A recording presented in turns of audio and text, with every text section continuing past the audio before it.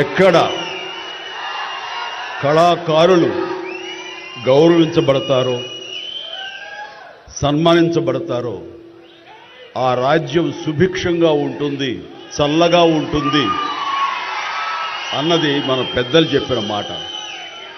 ఈ రోజున ఈ పౌర సన్మాన సభ చూస్తుంటే, ఇంతమంది వేల మంది తరలి వచ్చేటువంటి సభ చూస్తుంటే, ఇంత పద్మ పురస్కారాలతో ఇంతమంది కళాకారులకు గొప్ప వ్యక్తులకు ఇక్కడ సన్మానం జరుగుతుంటే నాకు అది అక్షర సత్యం అనిపిస్తుంది. అలాగా అది గుర్తుకొచ్చేలాగా ఉన్నటువంటి ఈనాటి ఈ సభ తెలంగాణ రాష్ట్ర ప్రభుత్వం పద్మ అవార్డు గ్రహీతలకు ఇలా గౌరవిస్తున్న ఈ సభలో ముఖ్య అతిథిగా విచ్చేసినటువంటి మా మిత్రులు గౌరవనీయులు శ్రీ రేవంత్ రెడ్డి గారికి,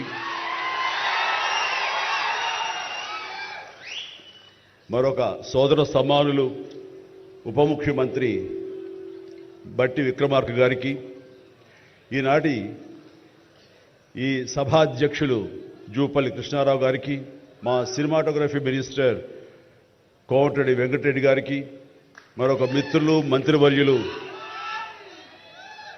పొంగులేటి సుధాకర్ గారికి, శ్రీనివాస్ గారికి,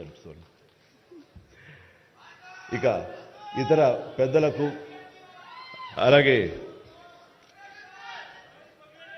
సిఎస్ చీఫ్ సెక్రటరీ శాంతకుమార్ గారికి, ఇతర అధికారులకు, ముఖ్యంగా ఈ సభ ఇంత నిండుదనంగా ఇంత హుందాగా ఉంది అంటే కారణం తెలుగుదనానికి, తెలుగు వేష భాషలకి హుందాతనం తీసుకొచ్చి తెలుగుదనానికి నిలువెత్తు నిదర్శనంగా నిలబడి ఉండేటటువంటి గొప్పవారు, మేము ఆరాధించేవాళ్ళు మన మాజీ ఉపరాష్ట్రపతి శ్రీ వెంకయ్య నాయుడు గారికి, ఇక్కడ విచ్చేసేటువంటి ఆహ్వానితులకు, కళాభిమానులకు, సినీ అభిమానులకు, నా అభిమానులకు అందరికీ హృదయపూర్వక నమస్కారాలు తెలియజేసుకుంటాను.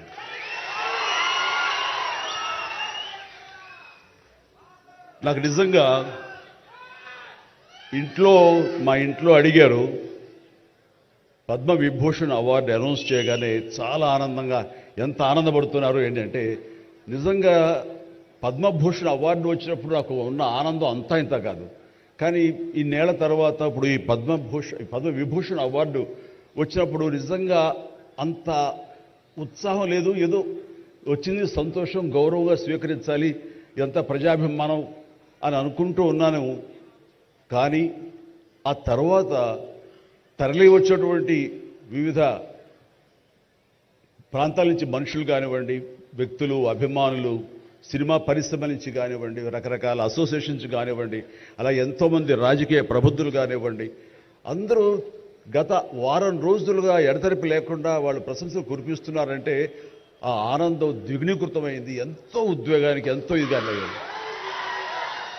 అవార్డు ఇవ్వని అభిమానం, అవార్డు ఇవ్వని ఉత్సాహం, ప్రోత్సాహం మీ కరతాళ ధ్వనుల ద్వారా, మీ ప్రశంసల ద్వారా ప్రతి ఒక్కళ్ళు మనసారా ఆశీర్వదిస్తుంటే, చాలు ఈ జన్మ, ఇది పూర్వజన్మ సుకృతం, ఎప్పుడో చేసుకున్న పుణ్యఫలం, మా అమ్మానాన్నలు వాళ్ళకి జన్మించేందుకు వాళ్ళు చేసిన పుణ్యఫలం నాకు ఈ విధంగా సంక్రమించిందంటూ నేను నిజంగా మనసు స్పందించి అలా భావిస్తాను. అదే మీ ముందు ఉంచుతున్నాను. ఇక నాకు తెలిసి ప్రప్రథమంగా అవార్డులు అనౌన్స్ చేసిన వెంటనే ఒక ప్రభుత్వం స్పందించి వారికి ఈ రకంగా సన్మానం చెయ్యాలి అనే భావం రావటం అన్నది బహుశా ఎప్పుడు జరగలేదు. ఇదే మొట్టమొదటిసారి జరిగింది. దానికి ప్రధానమైన కారణం యువకులు, డైనమిక్ లీడర్ మన ముఖ్యమంత్రి రేవంత్ రెడ్డి గారు, అలాగే వాళ్ళ సహచర మంత్రి వర్యులు, వీళ్ళందరూ ఒక్కడిగా అనుకుని స్పందించిన మనసుతోటి మన వాళ్ళని మనం గౌరవించుకోకపోతే ఎలాగ గౌరవించుకోవాలి అంటూ అన్నది నిజంగా చెప్తాను. సభాముఖంగా వారికి నా హృదయపూర్వక ధన్యవాదాలు తెలియజేస్తాను.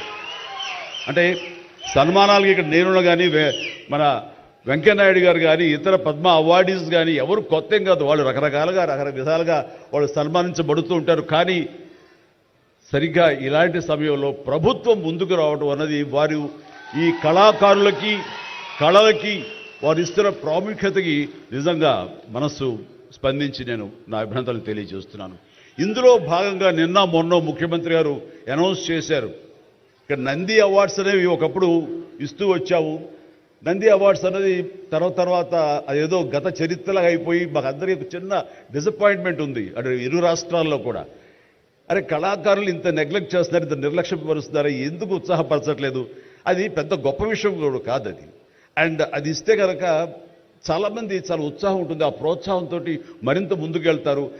తద్వారా ఎన్నో సినిమాలు కానీ నాటకరంగం కానీ ఇవన్నీ అభివృద్ధి చెందుతాయి. తద్వారా ఎంతోమందికి ఎంప్లాయ్మెంట్ కానివ్వండి, ఎంతోమంది ప్రోత్సాహం కళాకారులు ఇంకొంచెం రావడం కానివ్వండి. ఆ రకంగా ఈ రోజును చూస్తే కనుక మన సినిమాలు ప్రపంచవ్యాప్తంగా ముందుకెళ్తున్నాయంటే అలాంటి ప్రోత్సాహం అలాంటి ఉత్సాహం ఉండబట్టే. సో ప్రభుత్వ పరంగా కూడా అలాంటివి ఉంటే కనుక ఇది మరింత ముందుకెళ్ళడానికి అవకాశం ఉంది. అది గుర్తెరిగి ఈ రోజున ఆ అవార్డులు మళ్ళీ మనం రెజ్యూమ్ చేస్తాం, మళ్ళీ తిరిగి మళ్ళీ ఇస్తామని ఆ నిర్ణయం తీసుకోవటం, దానికి పేరు ప్రజాగాయకుడు. జీవితం అంతా కూడా రెవల్యూషనరీగా మార్పు తీసుకురావాలని ప్రయత్నించే నిరంతర శ్రామిక కళాకారుడు శ్రీ గద్దర్ గారు. గద్దర్ గారి పేరున అవార్డులు ఇవ్వటం అన్నది ఎంతో సముచితం, ఎంతో ఆనందం, ఎంతో ముదాహం. అలాంటి నిర్ణయం తీసుకున్నటువంటి మా ముఖ్యమంత్రి రేవంత్ రెడ్డి గారికి వారి సహచర్యులకి నేను మనస్ఫూర్తిగా నా హృదయ ధన్యవాదాలు ఈ సభాముఖంగా తెలియజేస్తున్నాను. అండ్ ఇక్కడ నాకు ఈ అవార్డు రావడం ఆనందం, కానీ ఆనందం మరింతగా ఉండటానికి కారణం మేము చిన్నప్పటి నుంచి ఎంతో అభిమానించి ఆయన చూసుకుని ఇన్స్పైర్ అయ్యాం. వారే స్టూడెంట్ లీడర్గా ఉండి జయాంధ్ర కోసం అప్పట్లో స్టీల్ ప్లాంట్ కోసంగా ప్రయత్నం చేసినటువంటి వెంకయ్యనాయుడు గారు. ఆయన వైజాగ్ కాలేజీలో యూనివర్సిటీలో ఆయన స్టూడెంట్గా ఉన్నప్పుడు ఆయన ఇచ్చిన పిలుపుకి ఎక్కడో నర్సాపురంలో ఉండే మేమందరం స్పందించి స్ట్రైక్ చేయడం అనేది జరిగింది. ఆ రోజు నుంచి కూడా మాకు ఒక లీడర్ లాగా, మా నాయకుడిలాగా ఆయన మేము భావిస్తూ వచ్చి నన్ను అలాగా మేము ఎదిగాం. ఆయన అప్పటి నుంచి అబ్జర్వ్ చేస్తూనే ఉన్నాను. ఆయన వాగ్ధాటికి నేను పెద్ద ఫ్యాన్ని. ఆయన మాట్లాడే మాటలు అలాగా నోరు వెళ్ళగట్టి చూస్తుంటాను. ఇప్పుడు కూడా అదే ఎదురు చూస్తాను. ఆయన ఎంత ఓపికగా మాట్లాడతారో తెలియదు, కానీ డెఫినెట్గా అలరిస్తారంటూ ఎలాంటి సందేహం లేదు. సో ఆ రోజు నుంచి ఈ రోజు వరకు కూడాను ఆయన రాజకీయంగా ఒక హుందాతనంతో రియల్ స్టేట్స్మెన్ ఇన్ పాలిటిక్స్ అన్నది ఆయన నిర్మాణాత్మకంగా అలా ముందుకెళ్తూ ఈ రోజున అత్యున్నతమైన పొజిషన్ మాజీ ఉపరాష్ట్రపతిగా ఆయన నిర్వహించి తన బాధ్యతలు చేశారు. కానీ ఆయన ఎప్పుడూ మదన పడుతుంటారు. నాతో కూడా ఆయన షేర్ చేసుకున్నారు. రాజకీయాలు రాను ఇలాగా దుర్భాషలతోటి వ్యక్తిగత విమర్శలతోటి ఇలా దిగజారిపోతున్నాయి చిరంజీవి గారు. ఇది కాదు, ఇది ఆ హుందాతనం ఉండాలి. ఉండి కూడా ఎన్ని సాధించాం మేము. అది ఇదవుతున్నట్టు ఎంత మదన పడుతున్నారంటే వన్ కూర్చున్నప్పుడు ఆయనతో నాతో చెప్పినప్పుడు ఇప్పుడు కూడా అలాగే అయిపోతుంది. అలా అవ్వకుండా ఉంటే బాగుంటుంది అంటే అలాంటి అవ్వకుండా ఉంటే బాగుంటుందన్న ప్రయత్నంలో నేను కూడా మిమ్మల్ని ఇన్స్పిరేషన్గా తీసుకుని నేను వెళ్ళినవాడేనండి. కానీ ఆ ధాటికి ఆ మాటలకి మాట పడటం మాట అనటం ఇది నా వల్ల కాదు, మీలాగనే. కాబట్టి నేటి రాజకీయాల్లో మనం అన్ఫిట్ అంటారా, లేకపోతే మనలాంటి వాళ్ళు ఇలాగా ఎగైన్ ప్రతిసారి ప్రతి చోటని చెబుతూ ఉంటే ప్రజలు వాళ్ళు మోటివేట్ అయ్యి అలా దుర్భాషలాడి రాజకీయంగా వ్యక్తిగతంగా విమర్శ చేసే వాళ్ళు కానీ తిప్పి కొట్టగలిగితే ఖచ్చితంగా మీరనుకున్నది నేను అనుకున్నది జరిగి తీరుతుందండి. ఒక వాజ్పేయి గారు ఆ రోజుల్లో స్టేట్స్ మ్యాన్ అంటారు. ఆయనలాగా మళ్ళీ అంత హుందాతనం మళ్ళీ మనం ఈ రోజున మనం వెంకయ్యనాయుడు గారిలో చూస్తున్నాం. అయితే ఆయన రాజకీయంగా కొంచెం విశ్రమించారు కాబట్టి ఈ రోజున ప్రజలే ఆలోచించుకోవాలి. అలాగా నోరు జారే వాళ్ళని దుర్భాషలాడుతూ వ్యక్తిగత విమర్శలు చేసేవాళ్ళని తిప్పికొట్టే విధంగా నిర్ణయించే శక్తి మీకే ఉన్నది, మీరే నిర్ణయించుకోవాలని చెప్తున్నారు. ఈ రోజున రకరకాల రంగాలకు సంబంధించినటువంటి గొప్ప గొప్ప వ్యక్తులు వాళ్ళు గుర్తింపు వస్తున్నా రాదా అని కాదు, అది వాళ్ళ ఇంట్రెస్ట్ కొద్ది. ఈ రోజున ఇక్కడ ఒక్కొక్కరు శిల్పకళాకారులు ఉన్నారు, అలాగే కొన్ని art forms of village rural సంబంధించిన వాళ్ళు ఉన్నారు, సమయ గారు ఇట్లాగా అలా రకరకాల కవులు ఉన్నారు. వీళ్ళందరూ కూడాను ఆ పని చేసుకుంటూ వెళ్ళిపోయి అదే మా జీవితం, అదే మా ధ్యేయం అంటూ అలా ముందుకు వెళ్ళిపోయి దీంట్లో ఈ రోజున ప్రభుత్వాలు గుర్తించి వాళ్ళకి పద్మశ్రీ అవార్డులు ఇవ్వటం అన్నది, పద్మ అవార్డుతో గౌరవించుకోవడం అన్నది ఈ సందర్భంగా నేను వాళ్ళ గుర్తించినటువంటి భారత కేంద్ర ప్రభుత్వానికి నేను మనస్ఫూర్తిగా నా అభినందనలు తెలియజేస్తాను, నా సంతోషాన్ని వ్యక్తపరుస్తాను. దీనికి మరీ ముఖ్యంగా మన ప్రియతమ నరేంద్ర మోడీ గారు ప్రధానమంత్రి, ఆయన దీన్ని గుర్తించి అలాగా ఇవ్వడం జరిగింది. ఇక్కడ ఒక విషయం చెప్పొచ్చో చెప్పకూడదో తెలియదు, కానీ ఒక విషయం చెప్తాను. మధ్యాహ్నం నాకు అవార్డు మీకు ఇవ్వాలనుకుంటున్నాము, మీకు మీ కన్ఫర్మేషన్ కానీ మీ యొక్క ఆమోదం మాకు తెలియాలంటూ హోమ్ డిపార్ట్మెంట్ నుంచి ఫోన్ ఇచ్చినప్పుడు ఒక షాకు లోన్ అయ్యాను. అప్పటికి ముందు నుంచి స్పెక్యులేషన్స్ ఉన్నాయి, కానీ నాకు ఇవన్నీ కూడా వస్తాయి లేవో అనే దాని మీద ఎప్పుడో మీమాంస ఉండింది నాకు. వాళ్ళు చెప్పగానే సంతోషించాను. సో ఈవినింగ్ ఎన్నింటికి వస్తుందని వాళ్ళు 6-7 o'clock వస్తుంటే అప్పటి నుంచి అలా టీవీలు ముందు కూర్చున్నాను. సో కొంతసేపు చూసేసరికి రాలేదు ఆ వచ్చినాయి అని గబగ నేను సర్దుకుని కూర్చుంటే ముందు పద్మశ్రీ అవార్డులు ఒక 34-36 వచ్చినాయి. ఆ తర్వాత నెక్స్ట్ మందే కదా అనుకుంటూ అందరూ సర్దుగా రెండు పిల్లలు గొడవ చేయకుండా కూర్చోండి రే ఇష్యూగా నా పేరు వస్తుంది అంటే కూర్చాను. అరగంట అయింది రాలేదు, గంట అయింది రాలేదు, గంటన్నర అయింది. ఆహా ఓరి బాబోయ్ ఏంటిది, ఏదైనా తిరిగి ఏమైనా మారుస్తారా, మనకి వచ్చే అవకాశం లేదని చిన్న మీమాంసలో ఉన్నారు. ఆ తర్వాత వచ్చిందనుకోండి. ఆ తర్వాత ఇదే డౌట్ నేను మన వెంకయ్యనాయుడు గారి ఇంటికి వెళ్ళి నేను ఆయన గౌరవంగా ఆయన సన్మానించుకున్నప్పుడు ఆయన ముందు చెబితే ఇదంతా కూడా నరేంద్ర మోడీ గారు ఒక ఆలోచన అండి. పద్మశ్రీ అవార్డులు చాలా బడుగు బలహీన వర్గాలకు సంబంధించినటువంటి చిన్న స్థాయి కళాకారులకు వచ్చింది. ఒకేసారి వెంకయ్యనాయుడు గారి పేరు, చిరంజీవి పేరు, పద్మ సుబ్రహ్మణ్యం పేరు, వైజయంతిమాల బాలి పేరు వస్తే కనుక అది సుస్పష్ట, అది ప్రముఖంగా వేసేస్తారు. అలా వేసినప్పుడు వీళ్ళ గురించి ఎవరు చెప్పుకుంటారు? కాబట్టి వీళ్ళ గురించి చెప్పుకోవాలి అంటే గంటన్నర టైం మధ్యలో గ్యాప్ ఇవ్వండి. గంటన్నర వరకు వాళ్ళ గురించి చర్చ జరుగుతుంది. వాళ్ళు ఎవరు అంటారు, ఇక్కడ సమ్మయ్య ఎవరు, ఆచార్య గారు ఎవరు, ఇలా పేర్లని చెప్పుకుంటూ వాళ్ళ గురించి ఆలోచిస్తారు, చర్చించుకుంటారు. వాళ్ళకి గుర్తింపు వస్తుంది. అది రిజిస్టర్ అయిన తర్వాత దెన్ చిరంజీవి వెంకయ్యనాయుడు గారు డబ్బు ఇష్టం అన్నారు. అది నిజంగా గొప్ప ఆలోచన, గొప్ప ఇది. వారి గురించి తెలుసుకున్న తర్వాత నాకు నరేంద్ర మోడీ గారి మీద గౌరవం మరింత పెరిగింది ఆయన చిన్న ఆలోచించి. సో ఇలాంటి సన్మానం జరగటం అన్నది నాకు నిజంగా అత్యంత గౌరవంగా భావిస్తాను. నా జన్మ సార్థకమైందని భావిస్తున్నాను. ఎన్నో కార్యక్రమాలు చేశాను. ఇది సినిమాల్లో రాణించినా కూడా సినిమాల్లో ఎంతో ప్రప్రథమ స్థానంలో ఎన్నో సంవత్సరాలు దశాబ్దాలుగా ఉండటమే కాకుండా ఆర్టిస్ట్కి సామాజిక బాధ్యత, సామాజికటువంటి సేవ చెయ్యాలి.